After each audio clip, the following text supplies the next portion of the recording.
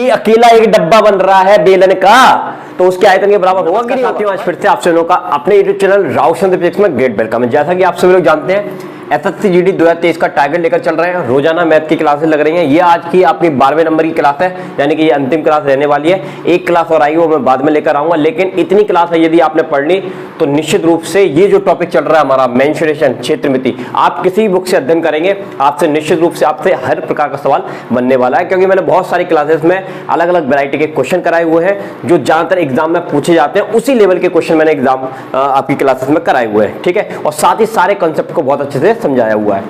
और इस क्लास को स्टार्ट करने से पहले एक चीज और बता देना चाहता हूं मैं आपको, ये जो हमारा व्हाट्सएप नंबर है 8109471083, इस पर आप हमसे संपर्क कर सकते हैं। अपना नाम लिखकर भेज दीजिए, हम आपको व्हाट्सएप में ऐड कर लेंगे, तो आप भी एसएससी जीडी की तैयारी कर सकते हैं या किसी भी कॉम्पिटिटिव एग्जाम की प्रिपरेशन कर सकते हैं, क्योंकि मैथ तो सब में कॉमन ही रहता है, ठीक है।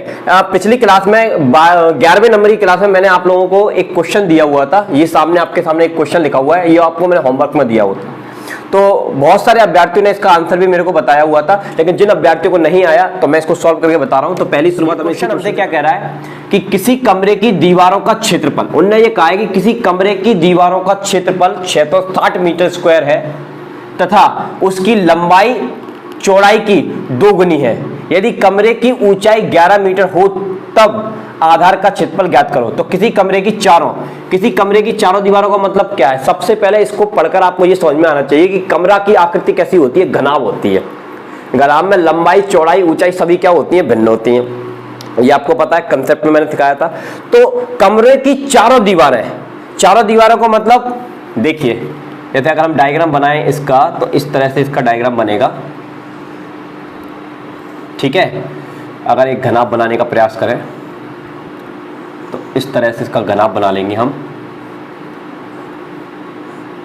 अच्छा, चारों दीवारों का मतलब ये होता है, ये वाली दीवार, ये वाली आपकी ए पहले नंबर की, फिर जस्ट इसके सामने वाली, ये 2 हो गई, फिर ये वाली दीवार इधर वाली, और फिर जस्ट इसके पीछे वाली। तो ये चारों दीवार है। केवल ऊपर वाली और नीचे वाली को छोड़कर, कौन सी वाली को, ये अप वाली और ये डाउन वाली, इनको छोड़कर ये जो चारों दीवारें बन रही हैं आपकी, उसका क्षेत्रफल कितना दिया है, 660 मीटर स्क्वायर। तो क्या आपको उसका फॉर्मूला याद है?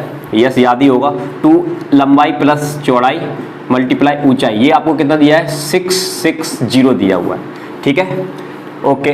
तथा उसकी लंबाई, चलो ये बात की कहानी है, फिलहाल इसको थोड़ा सॉल्व कर लेते हैं। ये कितनी बार में चला जाएगा, 33 ठीक है। तो लंबाई प्लस चौड़ाई, ऊंचाई दी है क्या आपको?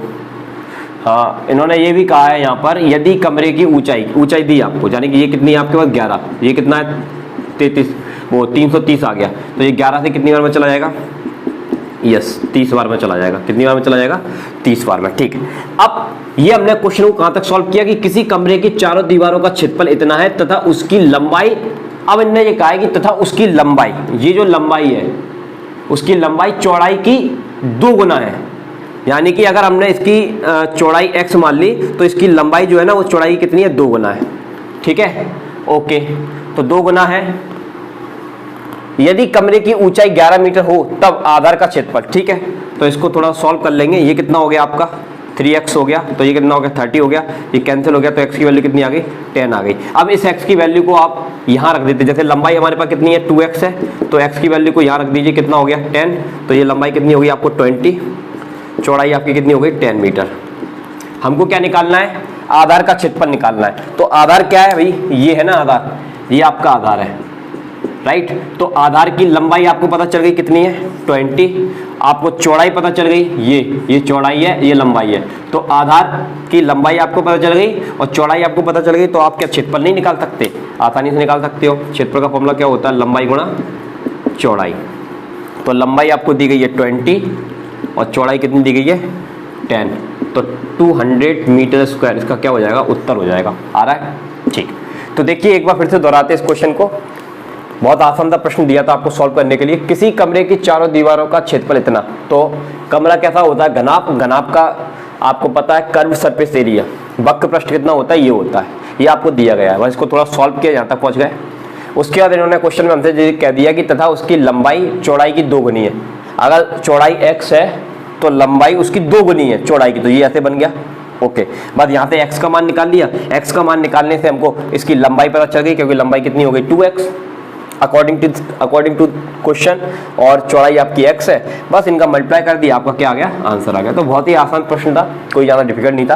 तो आज हम कुछ डिफरेंट वैरायटी के क्वेश्चन करने वाले हैं। तो अब हम उन डिफरेंट वैरायटी के अच्छे लेवल के क्वेश्चन की तरफ बढ़ने वाले हैं। ये क्वेश्चन आशा करता हूँ आपको समझ में आ गया होगा। अब क्वेश्चन की बात करते हैं। इनका ये कहना है कि 0.75 सेंटीमीटर त्रिज्या और 0.2 सेंटीमीटर मोटाई वाले सिक्के को पिघलाकर 3 सेंटीमीटर त्रिज्या और 8 सेंटीमीटर ऊंचाई वाले बेलन के लिए कितने सिक्के लगेंगे। तो भाई इस तरह के क्वेश्चन को पढ़ के आपको तुरंत समझ में आना चाहिए कि जब सिक्के की बात होती है, तो मैंने पिछली क्लास में आपको बता दिया था कि जब भी आपके सामने सिक्के की बात हो, ठीक है, तार की बात हो, तो ये जो आकृति होती है वो किसकी आकृति होती है, बेलन की आकृति होती है। ठीक है, तो सिक्का एक तरह का क्या होता है, बेलन। अब उस सिक्के को पिघलाना है अपन को, अब कितने सिक्के पिघलाना है वो हमको नहीं पता, वही तो हमको निकालना है क्वेश्चन में। तो उनको पिघलाकर हमको क्या बनाना है, बेलन बनाना है। तो देखिए, तो हम क्या करेंगे, कुल मिलाकर जैसे कि ये हमारे पास एक सिक्का है, इसके हम n सिक्के ले रहे हैं। कितने सिक्के ले रहे हैं, n। तो n सिक्कों को पिघलाकर हमने क्या बनाया, यस, ठीक समझिए आप, हमने एक बेलन बनाया, राइट। हमने क्या बनाया भाई, बेलन बनाया। तो इसमें केवल एक ही कंसेप्ट आपका समझ में आना चाहिए कि ये जो सिक्का है, सिक्के की सिप कैसी होती है, बेलन होती है। तो हमको पता है कि बेलन का आयतन, जब भी पिघलाने वाली चीज पूछी जाए आपसे एग्जाम में, तो हमेशा हमको आयतन निकालना है। क्या निकालना है, आयतन। तो यहां पर एक सिक्के का आयतन मल्टीप्लाई n सिक्के, जो एक सिक्के का आयतन होगा उसमें n का मल्टीप्लाई कर दोगे तो किसका आयतन निकाल कर देगा, n सिक्कों का आयतन देगा। और उन्हीं को पिघलाकर ही तो आप ये बना रहे हो। तो इसका मतलब ये होगा कि जितने भी सिक्के होंगे ना, उनका आयतन बेलन के आयतन के क्या होगा, बराबर होगा। बस ये क्वेश्चन बन गया। तो बताओ सिक्के का आयतन क्या होता है, 4 पाई r square h multiply n। इसका क्या होता है, 4 पाई r स्क्वायर h, क्योंकि दोनों ही बेलन है। तो बेलन के आयतन का फॉर्मूला हमको पता है, ये r1 मान लो, इसको क्या मान लो, r2 मान लो, ठीक है, क्योंकि त्रिज्या अलग अलग है, ऊंचाइयां भी अलग अलग है। तो h1 मान लो, इसको क्या मान लो, h2। पाई से तो पाई कैंसिल ही हो गया, तो n की वैल्यू हम निकाल लेंगे। तो r2 square h2 upon r1 square h1। बस केवल आपको कैलकुलेशन करनी है थोड़ी सी यहाँ पर। चलिए, r2 कौन है भाई साहब, ये इसकी रेडियस, इसकी त्रिज्या r2 है और इसकी त्रिज्या कितनी है भाई, r1 है। तो भैया ऊपर कौन है, बेलन है। तो बेलन कहाँ है भाई, अपना कहाँ है, पिघला का 3 सेंटीमीटर और 8 सेंटीमीटर ऊंचाई वाले बेलन। तो ये त्रिज्या दी गई है कितनी, 3 का स्क्वायर मल्टीप्लाई ऊंचाई कितनी दी गई है, 8। डन। r1 कितना है, त्रिज्या 0.75, तो स्क्वायर है तो मैं इसको 2 बार लिख लेता हूँ, ठीक है, मल्टीप्लाई हाइट कितनी दी गई है, 0.2। हाइट मतलब मोटाई, वही तो है, ठीक है। बस इसको मैं 9 लिख लेता हूँ। क्या लिख लेता हूँ, 9। अब यहाँ से पॉइंट हटाओगे 100, यहाँ से पॉइंट हटाओगे 100, यहाँ से पॉइंट हटाओगे 10, ठीक है। अब इस पॉइंट को और इसको मैं हटा देता हूँ यहाँ से, डन, ठीक है। 25 से काट लो, 25 से 75, 25 चौके 100, 25 से 75, 25 चौके 100। इसको भी मैं हटा देता हूँ, ठीक है। 2 से ये कैंसिल हो जाएगा, कितनी बार में, यस 5 बार में कैंसिल हो जाएगा, डन, ओके। और या फिर आप काटो ही मत, एक काम और कर लेते, ये काटो मत, ये कितना आ गया, 2 आ गया ना, इसको 2 बना रहने दो, ठीक है। 3 से इसको कैंसिल कर लेते हैं, कितनी बार में चला जाएगा, 3 बार में, 3 से ये चला जाएगा, यस, ओके, कैंसिल हो गया। अब आपका बचा कितना, ये 2 से इसको उड़ा दो, तो ये कितना हो गया, 4। बस इसी को सॉल्व कर लो। तो n इक्वल टू कितना हो गया, 4 चौक 16, 16 चौके 64, और 64 का मल्टीप्लाई 10 से कर दोगे तो कितना आ गया, 640 आ रहा है, यस 640। तो देखिए, इस तरह का क्वेश्चन कभी भी एग्जाम में आता है तो आपको बिल्कुल भी घबराना है। आपसे कहा गया है पहले तो आपको ये समझ में आना चाहिए क्वेश्चन को पढ़ के कि सिक्के की आकृति कैसी होती है। तो सिक्के की आकृति बेलन होती है, और जब भी उसको पिघलाने वाली बात आएगी तो हमेशा आप समझ लीजिए कि जो आपका सिक्का होगा ना, उसका जो आयतन होगा ना, वो जिस चीज में कन्वर्ट कर रहा है उसके आयतन क्या होगा, बराबर होगा। अब यहां पर आपको एक सिक्के का आयतन पता है और हमने n सिक्के पिघलाने हैं, तो एक सिक्के का आयतन मल्टीप्लाई n, और उनसे ही तो ये अकेला एक डब्बा बन रहा है बेलन का, तो उसके आयतन के बराबर होगा कि नहीं होगा, बस। और दोनों तरफ आयतन के फॉर्म में रखे, n का मान निकाला था, ये तो कैलकुलेशन है, ये आप कर सकते हो। समझ में आया। अब बढ़ते हैं अगले प्रश्न की तरफ। इनका ये कहना है कि एक 4 मीटर व्यास वाली 56 मीटर लंबी बेलनाकार सुरंग को खोदने से प्राप्त हुई मिट्टी से एक 48 मीटर लंबी, 16.5 मीटर चौड़ी और 4 मीटर गहरी खाई का कितना भाग भरा जा सकता है, और ऑप्शन आपको परसेंटेज में दिए हुए हैं। डन। तो देखो कैसे करेंगे। सबसे पहले एक सुरंग की बात हो रही है। सुरंग की आकृति कैसी होती है? बेलनाकार। तो ये सुरंग जो है हमारे पास, इसकी उन्होंने लंबाई दी है कितनी? 56 मीटर। ओके, ये सुरंग की क्या है? लंबाई है। डन। इसका इन्होंने व्यास दिया है 4 मीटर, और व्यास का त्रिज्या क्या होता है? आधा, तो 2 मीटर क्या हो गई इसकी त्रिज्या। इसको खुदाई करके हमने मिट्टी निकाली, और उस मिट्टी को हमने किस में भरा? खाई में भरा। ये मिट्टी को हमने खाई में डालना है, ठीक है। तो खाई का कितना हिस्सा इसमें भर जाएगा, मिट्टी का कितना हिस्सा इसमें खाई में आएगा, वो हमको बताना है परसेंटेज में। डन।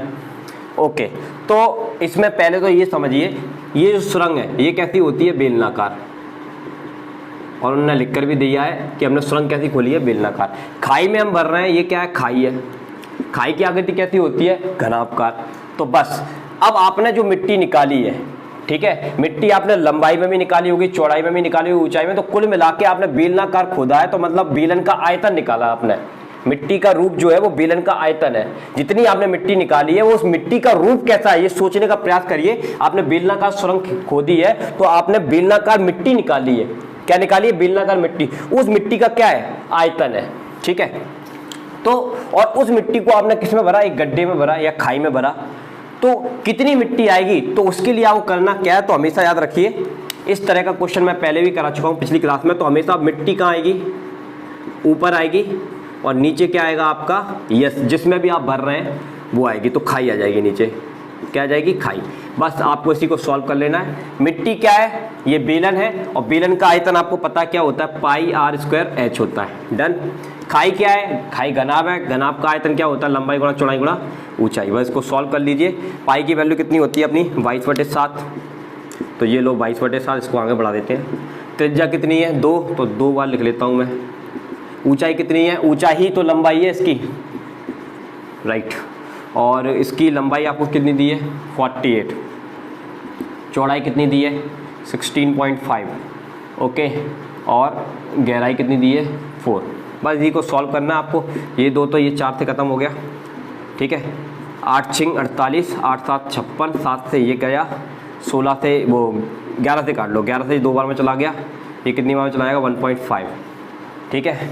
तो अब आपका कुल मिला के कितना बचा? यहाँ पर ऊपर 2 आ रहा है, नीचे 1.5 आ रहा है। इसका गुणा करेंगे 90, यानी कि 9.0, और इसका कितना निकालना है? परसेंटेज में निकाला तो 100%, और जब आप करोगे तो इसका आंसर आ जाएगा 22.22%। ये आपका क्या हो जाएगा? उत्तर हो जाएगा। समझ में आया? एक बार फिर से दोहराते हैं। इनका ये कहना है कि एक 4 मीटर व्यास वाली 56 लंबी बेलनाकार सुरंग को खोदने से प्राप्त हुई मिट्टी। अब आपने एक सुरंग खोदी है जिसकी आकृति बेलनाकार है, तो बेलनाकार आकृति की तो मिट्टी निकाली होगी, तो जाने कि आपने क्या निकाला है? आयतन निकाला है। क्या निकाला है? आयतन। आयतन का संबंध ही मिट्टी से है, ठीक है। और वो मिट्टी का रूप कैसा है? बेलनाकार। ओके, और उस बेलनाकार मिट्टी को आपने किस में भरा? खाई में भरा। तो खाई में कितना हिस्सा मिट्टी का आएगा वो हमको निकालना है। खाई में परसेंटेज में निकालना है। तो हमेशा इस तरह क्वेश्चन में मिट्टी ऊपर आएगी, और जिसमें हम भर रहे हैं या जिसमें हम बिछा रहे हैं वो चीज़ हमेशा कहाँ आएगी? नीचे आएगी। तो मिट्टी एक तरह का आयतन है। डन। तो आयतन कैसा है? रूप कैसा था? खोदने की स्टाइल कैसी थी हमारी? बेलनाकार। तो बेलन का आयतन। और भरा किसमें? यस, घनाभकार में। खाई कैसी होती है? घनाभकार। तो घनाभ का आयतन। बस इसको सॉल्व कर लिया, वैल्यू रख के आगे आंसर समझ में आया। इस प्रश्न की बात करते हैं। इनका ये कहना है कि एक शंक्वाकार तंबू, तो सबसे पहले एक तंबू बना लो। ये हमने बनाया तंबू, जो कैसा है? शंक्वाकार, यानी कि शंकु आकृति का है। ओके, ठीक है भाई। अब इनका ये कहना है कि एक शंक्वाकार तंबू में 22 व्यक्ति खड़े होते हैं। तो देखो, अब व्यक्ति खड़े होंगे तो कहाँ खड़े होंगे? खड़े होने की जगह तो यही है ना। बात समझ में आई? खड़े होने की जगह तो यही है ना, तो यहीं पर व्यक्ति खड़ा होगा। तो ये आकृति कैसी होती है? ये जो आकृति होती है, ये आकृति आपकी सर्कल होती है। कैसी होती है? सर्कल। इसी सर्कल पे ही तो आदमी खड़े हैं यहाँ पर, ठीक है। कितने व्यक्ति खड़े हैं यहाँ पर? व्यक्ति जो खड़े हैं यहाँ पर, जो व्यक्ति खड़े हुए हैं वो लगभग कितने हैं? 22 है। 22 व्यक्ति खड़े हुए हैं, ठीक है।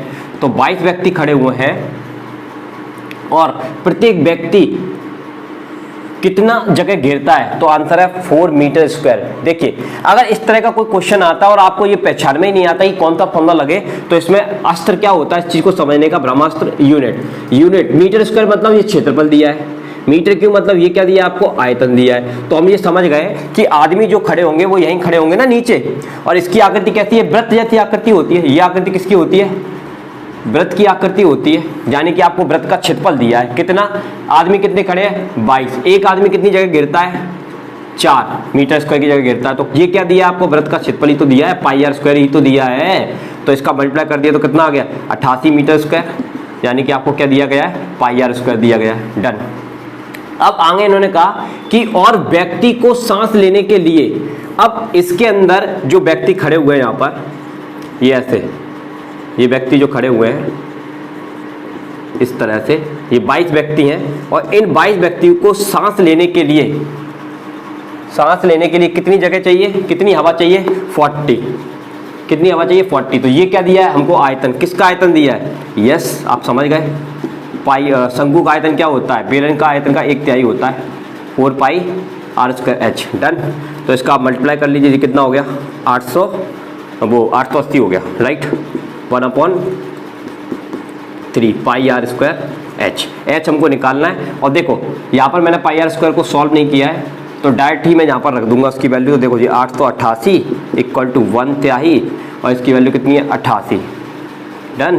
तो ये इससे कैंसिल हो जाएगा, कितनी बार में, एक बार में, और ये 3 का इधर मल्टीप्लाई हो जाएगा, तो इम्प्लाई करके एच की वैल्यू कितनी आ जाएगी 30 मीटर आ जाएगी। आ रहा है, यस 30 मीटर आ रहा है।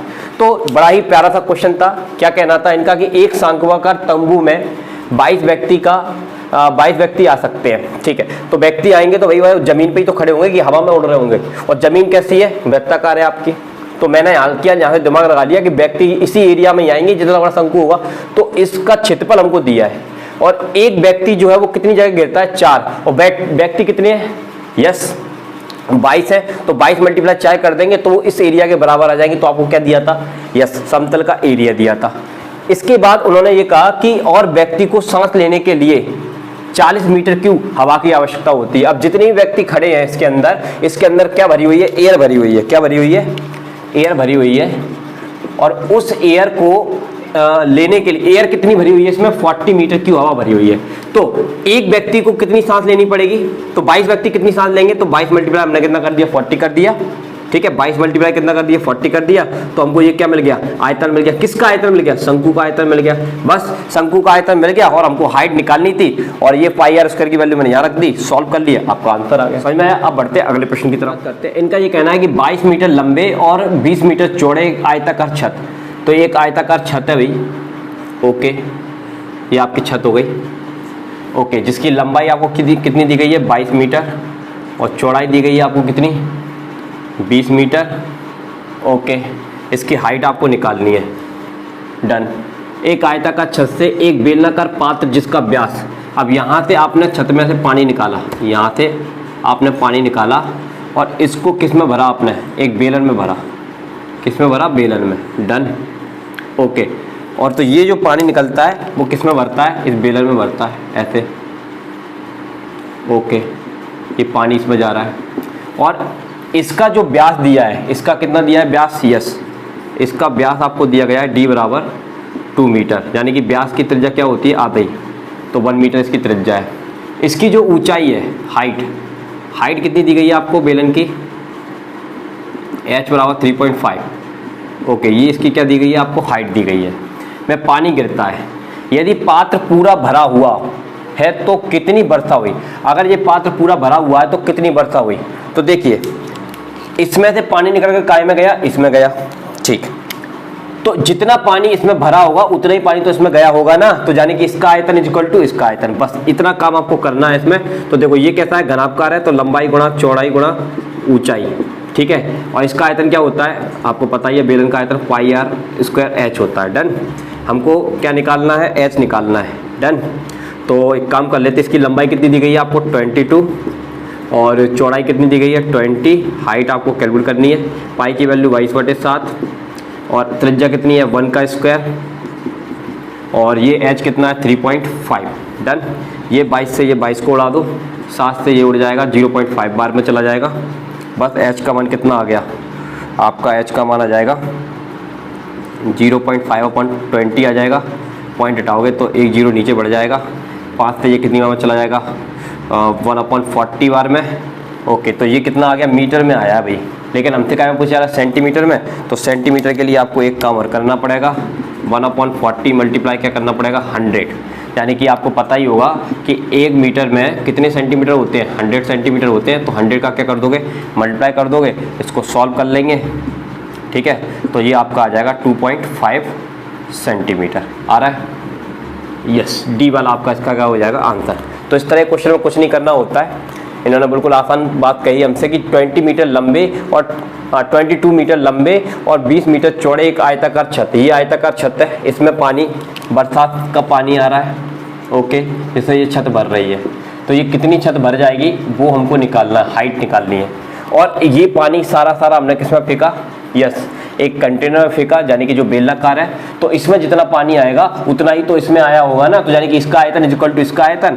और बस सॉल्व करके हमने क्या निकाल ली, इसकी हाइट निकाल ली। पहले मीटर में आई है क्योंकि सब कुछ मीटर में दिया था, देख लीजिए ध्यान से। और लास्ट में हमको सेंटीमीटर में कन्वर्ट करना, तो 1 मीटर में 100 सेंटीमीटर होते हैं, तो 100 का मल्टीप्लाई कर देंगे तो कायम कन्वर्ट हो जाएगा ये सेंटीमीटर। समझ में आया। अब बढ़ते हैं अगली बात करेंगे, बहुत ही शानदार सा प्रश्न है, इसमें आपका एक कंसेप्ट भी क्लियर होगा। इनका ये कहना है कि एक 3 मीटर गहरी तथा 40 मीटर चौड़ी, एक 3 मीटर गहरी और एक 40 मीटर चौड़ी नदी यानी कि रिवर आपको दी गई है, 2 किलोमीटर पर आवर की चाल से बहती है। तो देखिए इसमें एक चीज आप पहले समझ लीजिए कि जब भी नदी की बात आए और नदी की लंबाई आपको नहीं दी जाए, तो नदी की चाल से आप क्या निकाल सकते हैं, नदी की लंबाई निकाल सकते हैं। आपको नदी में जो रिवर है आपकी, उसमें जो वाटर आपका फ्लो हो रहा है, तो रिवर की जो लेंथ होगी ना, वो किसके बराबर होगी, स्पीड के बराबर होगी। किसके बराबर होगी, स्पीड, ठीक है। और स्पीड में कौन छुपी होती है, स्पीड में आपकी लेंथ छुपी होती है, यानी कि लंबाई छुपी होती है। क्या छुपी होती है, लंबाई। डन। तो ये वाला कंसेप्ट आपको यहाँ पर लगाना है। अच्छा, इनका ये कहना है कि एक 3 मीटर गहरी तथा 40 मीटर चौड़ी, तो यहाँ पर आपकी नदी है। ओके, ये जो नदी है आपकी 3 मीटर गहरी है। कितने मीटर गहरी है, 3 मीटर गहरी है और 40 मीटर चौड़ी है। तो चौड़ाई इसकी हम मान लेते हैं 40 मीटर इसकी चौड़ाई है और 3 मीटर गहराई है, उसको मैं दिखा नहीं पाऊंगा यहाँ पर, आप समझ लेना 3 मीटर गहरी है। ओके, और ये जो चलने की रफ्तार है इसके जो चलने की रफ्तार है वो आपको दी गई है 20 या 2 किलोमीटर 2 किलोमीटर पर आवर, यानी कि 1 घंटे में 2 किलोमीटर ट्रैवल करती है। तो यही हम उसकी क्या मान लेंगे, लंबाई मान लेंगे उस पर्टिकुलर टाइम के लिए कि इतने घंटे में ये 2 किलोमीटर चलती है, राइट। ओके, अब इन्होंने ये कहा कि नदी द्वारा समुद्र में प्रति मिनट, अब ये नदी से जो पानी निकल रहा है, ये ऐसे जो पानी निकल रहा है, इस नदी से जो पानी निकल रहा है ऐसे, और ये पानी काय में जा रहा है, शी में जा रहा है, समुद्र में जा रहा है, ठीक है। ओके, तो प्रति मिनट गिरे पानी का आयतन ज्ञात करो। तो भैया ये नदी का जो आकृति है वो कैसी आकृति है, यस, घनाभकार आकृति है। तो इसका हमको क्या निकालना, आयतन निकालना। अगर हम इस नदी का आयतन निकाल देते हैं तो हम ये समझ जाएंगे कि पर घंटे इतना पानी इसमें जा रहा है, लेकिन आपको घंटे में आंसर नहीं देना, आपको क्या में देना है, मिनट में। एनीवे, उसको हम चेंज कर लेंगे। फिलहाल लंबाई गुणा चौड़ाई गुणा ऊंचाई, ये हमको करना आता है। ये क्या है, आयतन है। किसका फॉर्मूला, आयतन। आयतन ही हमसे पूछा जा रहा है। तो नदी की लंबाई कितनी है, तो मैंने आपको बताया लंबाई किसमें छुपी होती है, स्पीड में, ठीक है। तो स्पीड कितनी है, 2 किलोमीटर पर आवर, एक पर्टिकुलर घंटे के लिए, यानी कि 2 किलोमीटर। किलोमीटर को मीटर में चेंज करेंगे तो कितना होगा, 2000 मीटर। आपको पता ही होगा कि 1 किलोमीटर में 1000 मीटर होते हैं, ठीक है। तो यहाँ पर कितना है, 2 किलोमीटर, तो कितना हो जाएगा, 2000 मीटर हो जाएगा कि नहीं हो जाएगा, राइट। तो ये कितना लिख दिया, 2000। चौड़ाई आपको पता ही है कितनी, 40, और ऊंचाई आपको पता है, हाँ, कि निकालनी है, 3 मीटर गहरी तथा 40 मीटर। ओके, पता है ना, 3 मीटर गहरी। डन। और ये तो अपना निकला है किसके लिए, घंटे के लिए। ये जो वॉल्यूम निकला है 1 घंटे के लिए निकला है। घंटे को मिनट में चेंज कर लेंगे तो 60 का क्या कर देंगे, डिवाइड कर देंगे। तो ये 1 0 से ये 0 उड़ गया, ये 3 से कितनी बार में चला जाएगा, 2 बार में, 2 से ये कैंसिल हो गया, 2 बार में, इसका मल्टीप्लाई कर देंगे तो कितना आ जाएगा, 4000 मीटर क्यूब। तो ये आपका क्या हो गया, आंसर हो गया। डी आपका क्या हो जाएगा, उत्तर हो जाएगा। हाँ, एक और चीज़ मैं आपको बता देता हूँ कि 1 मीटर क्यूब में 1000 लीटर होते हैं। 1 मीटर क्यूब में कितने लीटर होते हैं? 1000 लीटर होते हैं। तो अगर आपको ये लीटर में पूछा जाता तो आप 1000 का और मल्टीप्लाई कर देते तो ये काय में कन्वर्ट हो जाता? लीटर में कन्वर्ट हो जाता। ठीक है, समझ में आया? तो जब भी इस तरह का क्वेश्चन आता है, रिवर वाला क्वेश्चन आता है और आपको लंबाई नहीं पता है रिवर की, क्योंकि रिवर तो बहुत लंबी है, तो उसकी लंबाई हमेशा आप उसकी स्पीड से निकालेंगे। ठीक है ना? तो इसमें कहा था कि 2 किलोमीटर पर आवर की रफ्तार से वो चल रही है, तो 1 घंटे में 2 किलोमीटर चलती है।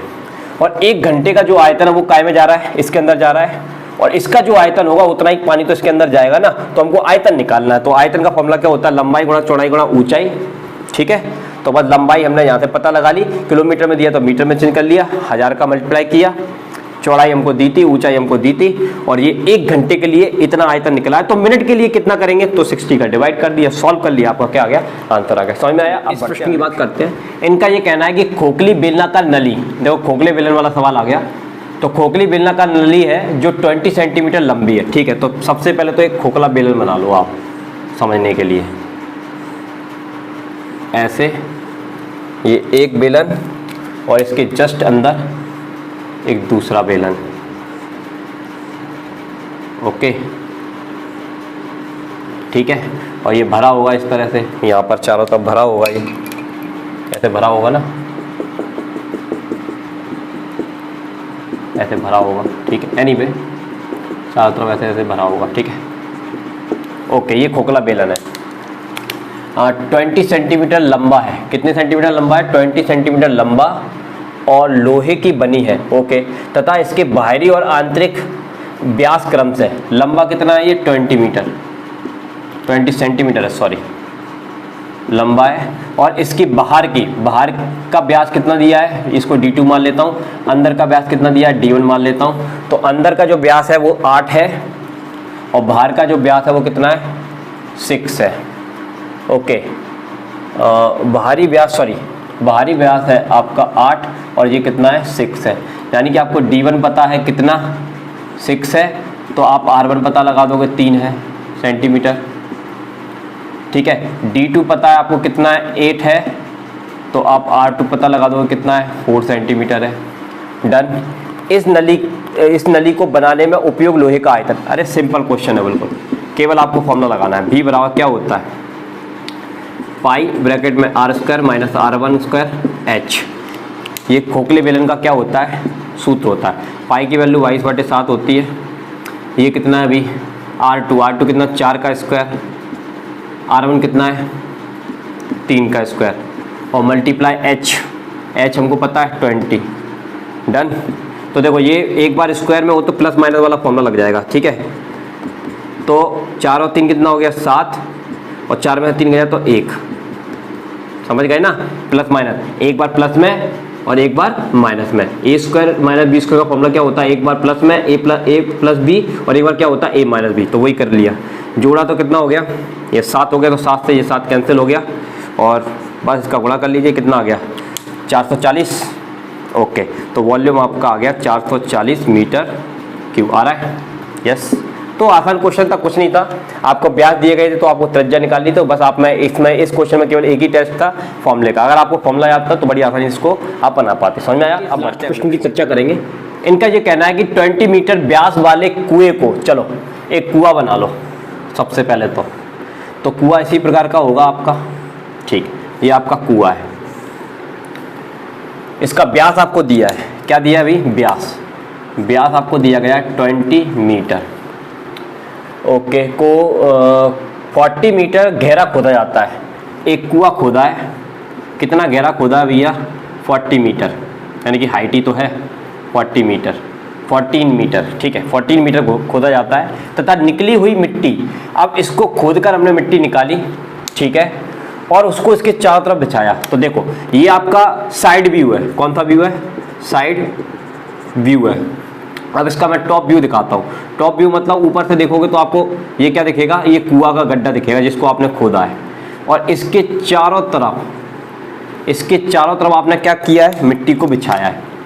इसके चारों तरफ आपने मिट्टी को क्या किया है? बिछाया है। तो मिट्टी को बिछाने से मिट्टी का कुछ लेवल अप हो जाएगा, वही हाइट हमको निकालनी है। ठीक, तो कुएं की खुदाई जब हमने की तो कुएं का आकृति कैसी होती है? बेलनाकार। तो आपको पता होना चाहिए बेलन का आयतन क्या होता है? 4 पाई R² होता है। ठीक है। अब इसको क्या किया गया, इसके चारों तरफ बिछाया गया। किसके चारों तरफ बिछाया गया, इस कुएं के चारों तरफ बिछाया गया ऐसे करके, डन। और तो अगर हम इसके चारों तरफ इसको बिछाएंगे तो देखो एक कुएं का गड्ढा तो ये है ही है, और दूसरा इसके चारों तरफ हमने एक बाहर का एक बेलन बना दिया, तो कुआं अपने आप में एक बेलन हो गया, और इसके चारों तरफ हमने मिट्टी बिछाई तो वो भी एक बेलन हो गया। तो ये एक तरह का खोखला बेलन बन गया। क्या बन गया, खोखला बेलन। और खोखले बेलन का आपको फॉर्मूला पता है क्या होता है अभी, पाई r2 square minus r1 square h, यही होता है। तो हमको ये वाला h निकालना है, ये वाला h क्या करना है, फाइंड आउट करना है। ठीक है, चलो हो जाओ स्टार्ट। ये कितना हो गया, 22/7, और r आपको पता है व्यास दिया है, व्यास त्रिज्या का क्या होता है, आधा होता है। ठीक है, लेकिन यहाँ पर r स्क्वायर है तो 100 लिख लेता हूँ मैं। ठीक है, हाइट कितनी है 14, पाई की वैल्यू कितनी होती है 22/7। अच्छा देखो R2 पता है भाई, R2। अच्छा एक काम करते हैं, ये देखो आपको ये वाला जो है ये R1 है, और ये जो है वो क्या है, R2 है।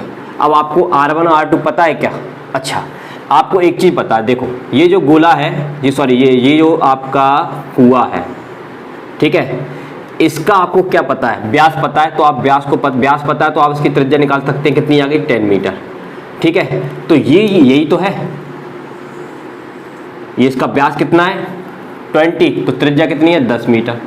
समझ में आ गई बात। तो ये आपको R1 की वैल्यू पता चल गई। अब आगे इन्होंने एक चीज़ और कही है कि जब आप मिट्टी फैला रहे थे तो आपने कितने दायरे में मिट्टी को फैलाया, कितना चौड़ा आपने मिट्टी को फैलाया, तो आंसर है 5 मीटर। तो यहाँ से यहाँ तक की लंबाई कितनी है 5 मीटर है, तो R2 कितना हो गया 10 + 5 यानी कि 15 मीटर हो गया। कितना हो गया 15 मीटर। तो बस अब कोई दिक्कत नहीं है, R2 की वैल्यू आ गई 15 का स्क्वायर और R1 की वैल्यू आ गई 10 का स्क्वायर, और हाइट आपको कैलकुलेट करनी है। तो देखो ये 22 से तो ये 22 उड़ गया, ठीक है, और ये 7 से ये अच्छा कुछ गड़बड़ तो नहीं करती, 22/7 हो गया, ठीक है 22/7 हो गया। अच्छा एक काम करते हैं, इसको ऐसे ही रहने दो, पहले रुक जाओ 22/7, ठीक है, इसको मत उड़ाओ अभी, थोड़ा इसको सॉल्व कर लेते हैं पहले अपन। क्या कर लेते हैं, सॉल्व। तो सॉल्व करते हैं, तो ये 22/7 तो ये है ही, तो ये अच्छा ठीक है, देखो 15 और 10 इनको ऐड किया तो कितना हो गया 25 हो गया आपका, ठीक है, और आप माइनस करेंगे तो कितना बचेगा 5, और ये हमको h निकालना है, ठीक है। और इधर कितना चल रहा है 22/7, यहाँ पर कितना है 100 गुणा, ठीक है। अब उड़ा दो 22/7 से 22/7 उड़ा दो, ये कैंसिल हो गया 4 बार में, बस। तो 5 बचा, यहाँ पर h का मान निकाल लेते हैं, कितना बचा अपने पास, हाँ कहाँ गया, ये है ना, ये 14 चौक कितना हो गया, ये 56 हो गया, ठीक है। और नीचे कितना आएगा 5 से इसको डिवाइड कर दोगे तो कितना आ जाएगा 11.2, काय में आ रहा है आंसर, सेंटीमीटर में, मीटर में आ रहा है, ठीक है। तो ये काय में आ गया, मीटर आ रहा है आंसर, ओके 11.2, ठीक है। तो इस क्वेश्चन को एक बार फिर से दोहरा देते हैं। आपने एक कुआं, ये 20 मीटर व्यास वाले कुएं को 14 मीटर गहरा खोदा, तो 20 मीटर व्यास था, इसको 14 मीटर तक खोदा, उससे जो मिट्टी निकली उसको इसके चारों तरफ बिछाया 5 मीटर के दायरे में, ठीक है।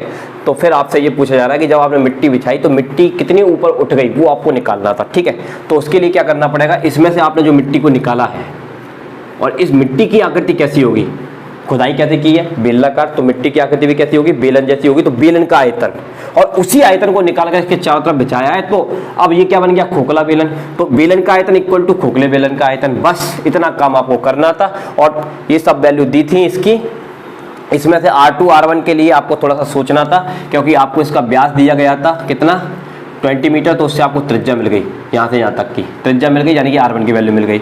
और ये 5 मीटर की चौड़ाई में आपने मिट्टी बिछाई है, तो 10 और 5 को ऐड किया तो आपको क्या मिल गया R2 मिल गया। बस इसको यहाँ पर रखिए और सिंपली आपको क्या करना है, सॉल्व करना है। हमने बहुत तरह के डिफरेंट वेराइटी के क्वेश्चन किए हैं, और ये आपकी मेंसुरेशन की लास्ट क्लास है। इसके बाद एक क्लास और आएगी, वो लेकिन अभी नहीं आएगी, वो एक मैराथन क्लास होगी, जिसमें मैं आपको एक आंसर शीट प्रोवाइड कराऊंगा ग्रुप में, और उसमें जितने भी क्वेश्चन होंगे वो मैं आपको लगाने के लिए दूंगा। उसमें से जो भी क्वेश्चन नहीं आएंगे उसकी बड़ी सी मैराथन क्लास मैं लेकर आने वाला हूं, जिसमें मेंसुरेशन के पूरे टॉपिक के जितने भी टॉपिक्स मैंने आपको पढ़ाए हैं, घन क्या होता है, चतुर्भुज क्या होता है, बेलन क्या होता है, अर्धगोला क्या होता है, शंकु क्या होता है, जितने भी टॉपिक्स मैंने पढ़ाए हैं सबका मिक्सअप एक मैराथन क्लास लेकर आएंगे, वो थोड़ा दिनों में आएगी। लेकिन फिलहाल अभी मैंने आपको ये पूरा चैप्टर लगभग कंप्लीट करा दिया है। अगर इतनी क्लासेस आपने पूर्ण रूप से पूरे दिल से मन से पढ़ ली, तो आप किसी भी बुक से मेंसुरेशन यानी कि क्षेत्रमिति पढ़ते हो या लगाते हो, निश्चित रूप से आपसे कोई सा भी सवाल बनने वाला। अगर किसी भी अभ्यर्थी को किसी भी सवाल में इस चैप्टर के में कोई भी दिक्कत आती है तो आपको ये सामने ये नंबर है 8109471083, इस पर आप जुड़ जाइए व्हाट्सएप ग्रुप में और वहाँ पर आप मेरे को शेयर कर दीजिए। मैं आपको वो सवाल सॉल्व करके बता दूंगा या फिर जब भी मेरे पास टाइम होगा तो मैं वीडियो के माध्यम से आपको बता दूंगा। तो ये बहुत बड़ा लेक्चर था, काफ़ी समय लग गया इसको कंप्लीट कराने में, और इसको तो देखो इतना बड़ा लेक्चर कि अभी मैं कितना भी पढ़ा दूँ तो 1 महीना लग जाएगा आपको, तो बहुत विशाल है, इसमें बहुत सारे के क्वेश्चन आपको इसमें देखने को मिल सकते हैं। लेकिन फिर भी इतने सारे क्वेश्चन मैंने आपको कराए हैं, अलग अलग वैरायटी कराए हैं, कहीं से भी कोई दिक्कत नहीं आने वाली। ये सारे क्वेश्चन एग्जाम में पूछे गए क्वेश्चन है, इसलिए सारे के सारे क्वेश्चन सारे स्पेशल थे जो अभी तक हमने किए हैं। अब नेक्स्ट क्लास में आप लोगों के लिए नया टॉपिक मैं लेकर आ रहा हूँ, जिसमें बहुत सारे अभ्यर्थी इंतजार कर रहे थे कि सर नया टॉपिक कब से स्टार्ट होगा, तो अब उनका इंतजार खत्म होने वाला है। तो नया टॉपिक मैं लेकर आने वाला हूँ परसेंटेज। तो नेक्स्ट क्लास आपकी परसेंटेज की आने वाली है और उसमें बिल्कुल परसेंटेज को बेसिक टू एडवांस लेवल पढ़ाया जाएगा, क्योंकि परसेंटेज जो होती है बहुत सारे टॉपिक से क्या होती है, इन्वॉल्व होती है। अगर आज की क्लास पसंद आई हो तो प्लीज क्लास को लाइक जरूर कीजिएगा, चैनल पर नए हो तो चैनल को सब्सक्राइब करिएगा। मिलते हैं नेक्स्ट वीडियो के साथ। जय हिंद, जय भारत।